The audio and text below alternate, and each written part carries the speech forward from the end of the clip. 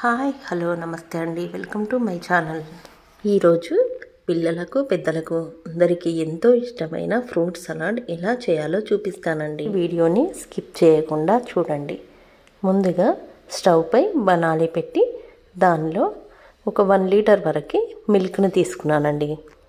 ఇవి కొంచెం మరిగే వరకు మనం ఒక బౌల్లో కస్టర్డ్ పౌడర్ ఉంటుందండి, వెనీలా కస్టర్డ్ పౌడర్ని తీసుకున్నాను. నేను ఇక్కడ 2 స్పూన్ల కస్టర్డ్ పౌడర్ని తీసుకొని ముందుగానే కాచి చల్లార్చిన పాలను దీనిలో కొద్దిగా పోసుకుంటూ ఇలా ఉండలు లేకుండా కలుపుకొని పక్కకు పెట్టుకోవాలండి.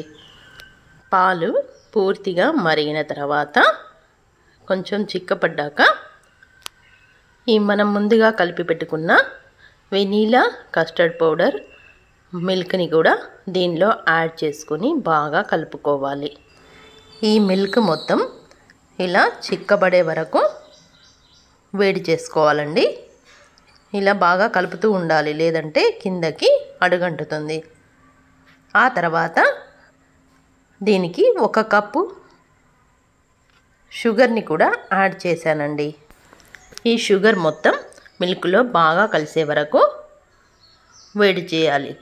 ఆ తర్వాత 1/2 స్పూన్ వరకు నేను ఇలాచీ పౌడర్ని కూడా యాడ్ చేశానండి, ఫ్లేవర్ బాగుంటుందని.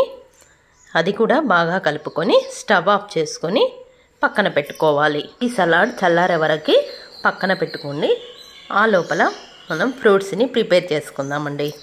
ఇందులోకి బనానా మరియు యాపిల్ ముక్కల్ని అలాగే దానిమ్మ గింజల్ని రెడీ చేసి పెట్టుకున్నానండి.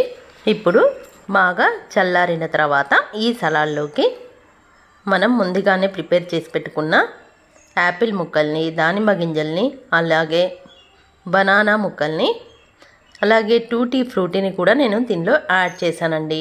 టేస్ట్ బాగుంటుంది. సో మీకు ఒకవేళ అవైలబుల్గా లేకపోతే స్కిప్ చేయండి టూటీ ఫ్రూటీ. ఫైనల్గా 1 స్పూన్ వరకు మిల్క్ మేడ్ని కూడా నేను యాడ్ చేశానండి.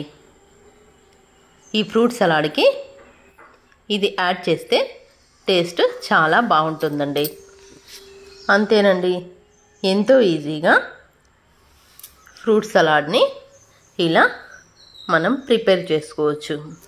ఇలా మీరు కూడా ట్రై చేసి ఎలా ఉందో కామెంట్ రూపంలో చెప్పండి. ఈ వీడియో కనుక మీకు నచ్చినట్లయితే please like, share and subscribe my channel. Thank you for watching.